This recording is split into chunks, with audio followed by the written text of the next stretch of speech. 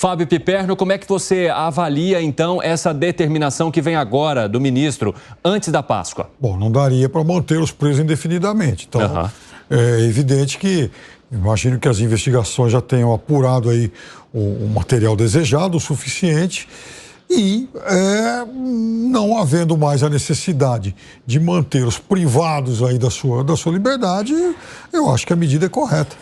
Fala, Gani. Acho que a medida é correta, mas ela foi tardia.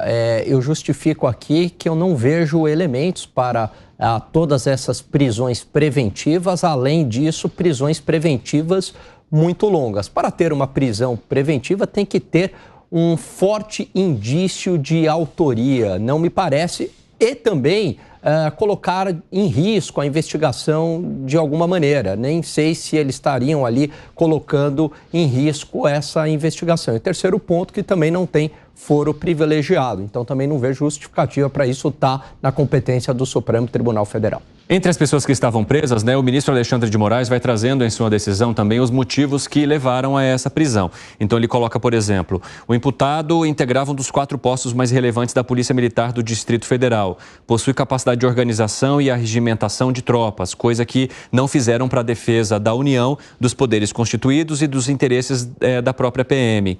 Na condição de comandante-geral, retardou o fornecimento nestes autos de documentos requisitados pelo Supremo Tribunal Federal com o claro objetivo de prejudicar e retardar as investigações. Esses foram os motivos apresentados pelo ministro do Supremo Tribunal Federal.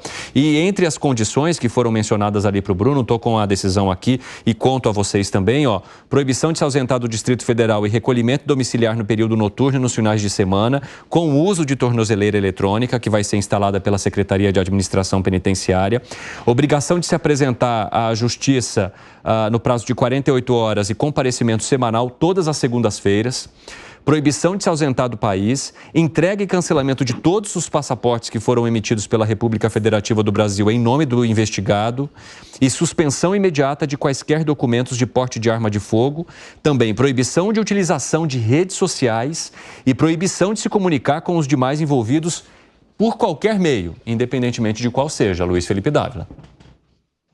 Bom, a primeira pergunta é se essas são as justificativas do ministro Alexandre de Moraes. Por que demorou 7 meses para chegar a essa conclusão? Então, isso ou mostra a incompetência da justiça ou é algo absolutamente que viola as liberdades individuais. Você pode, esse rol de questionamentos do ministro é válido, mas isso tem que resolver em 15 dias, 20 dias, um mês no máximo, não em 7 meses. Porque olha as barbaridades que vem acontecendo. Nós tivemos uma pessoa que morreu na prisão, Nós tivemos um outro que era um morador de rua, que ficou preso quase um ano. Nós tivemos uma aposentada que está lá na cadeia até hoje. Então, assim, é um absurdo, gente. A gente está falando assim, se existem ali suspeitas que essas pessoas estiveram envolvidas em atos antidemocráticos, tudo bem, mas tem que ter celeridade. Não pode deixar a pessoa 1 ano, meses, 7, 8 meses preso. Isso não existe. Isso é contra todos os princípios constitucionais que hoje são garantidos como cláusula pétrea da Constituição. Então, é preciso essas coisas ter mais celeridade. Ou, pelo menos, se não tiver celeridade, libertar as pessoas. O que não pode é manter as pessoas em cativeiro enquanto se apuram as coisas por um tempo tão longo. Esse é o problema. E voltando à questão da Janaína... isso aí a gente vai falar já, viu, Dávila? Isso aí eu vou voltar. Então eu vou deixar daqui a pouco. Mas esse é um ponto importante. Não é possível manter as pessoas encarceradas durante 1 ano, 1 ano e meio, ou 6 meses, ou 7 meses, sob acusações que não conseguem se comprovar aquilo que está na acusação e manter as pessoas encarceradas. Isso é um total absurdo. E aí, nesse caso, pessoal, só quero contar para vocês aqui que essa decisão é referente a Clepter Rosa Gonçalves, tá? E o ministro está falando justamente sobre aqueles que seriam os crimes e quais são as questões que ele precisa responder agora. Pessoal da rádio está chegando, bem-vindo e bem-vinda você que se une à nossa programação, é sempre muito bom ter a tua companhia. Nós estamos discutindo aqui no 3 em 1 a soltura, de um dos integrantes da Polícia Militar que é investigado nos atos do 8 de janeiro. E aí o ministro Alexandre de Moraes determinou, então, a soltura. Numa decisão de agora há pouco, a gente acabou de ter acesso, e só para que vocês compreendam, então, a gente está trazendo aqui as limitações que são impostas a Clepter Rosa Gonçalves pelo ministro Alexandre de Moraes e também as questões pelas quais ele foi preso, segundo o ministro do Supremo Tribunal Federal. Fala, Gustavo Segré. A omissão de um funcionário público é considerado um delito e sempre vem, né? Ação ou omissão. Eu continuo sempre na dúvida e provavelmente nunca teremos a resposta de se as instâncias de inteligência observaram que tinha manifestantes indo na direção da Praça dos Três Poderes, por que não foi colocada uma barreira de contenção que evitasse que esses manifestantes chegassem aí.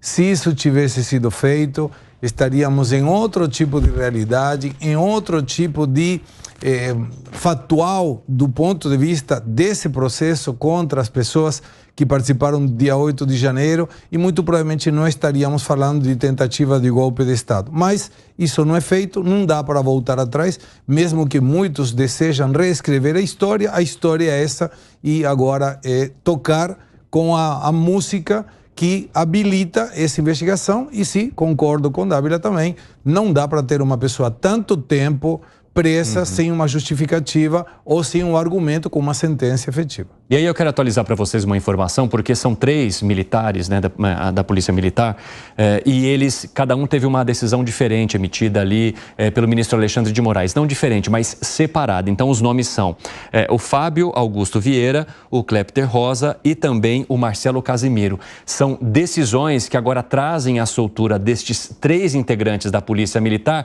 com essas condições que eu mencionei a vocês, como visita à justiça, uso de tornozeleira eletrônica, não poder usar redes sociais e também o cancelamento dos passaportes até que as investigações avancem. Como é que você vê essas medidas que são imputadas pelo Supremo Tribunal Federal, hein, Fábio Piperno? Olha, veja, são pessoas que ficaram presas durante muitos meses, então é óbvio que a justiça então chegou à conclusão de que não havia mais a necessidade de mantê-las. Também acho o prazo bastante discutível, né? Muito longo, tal.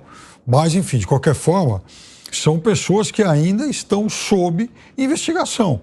Não há, repito, a justiça concluiu que não há necessidade de mantê-las em cárcere, mas elas continuam sendo investigadas e, portanto, nesse sentido, as medidas cautelares elas são até normais. Você entende que o não uso das redes sociais é uma medida importante também nesse momento, Alan Gani? Isso não é previsto em nenhum lugar, limitar o uso da rede social, isso é limitar a liberdade de expressão, cláusula pétrea da Constituição. E eu gostaria também de chamar a atenção mas isso pode fazer com que eles se comuniquem, por exemplo, com eles não podem se comunicar por nenhum meio com nenhum outro dos investigados, né? Então, por isso também a restrição sobre o uso da rede social, provavelmente. Mas de qualquer maneira, eu acho que é uma medida exagerada e eu volto aqui num ponto em relação às prisões preventivas, porque qual que foi a grande crítica dos constitucionalistas em relação à Operação Lava Jato? É que se mantinha as pessoas presas preventivamente durante muito tempo para daí fazer delação. Primeiro, a maior parte das delações, elas eram feitas com as pessoas em liberdade. Tá? Então, tem uma estatística disso, 70% estavam em liberdade, 30% estavam presos. Esse é o primeiro ponto. Tá? E o segundo ponto é que ali sim, na Operação Lava Jato, existiam indícios fortes de corrupção, planilha, testemunha, prova material, banco em Caimã, é diferente. Então, veja, agora a gente está falando em prisões preventivas por muito menos.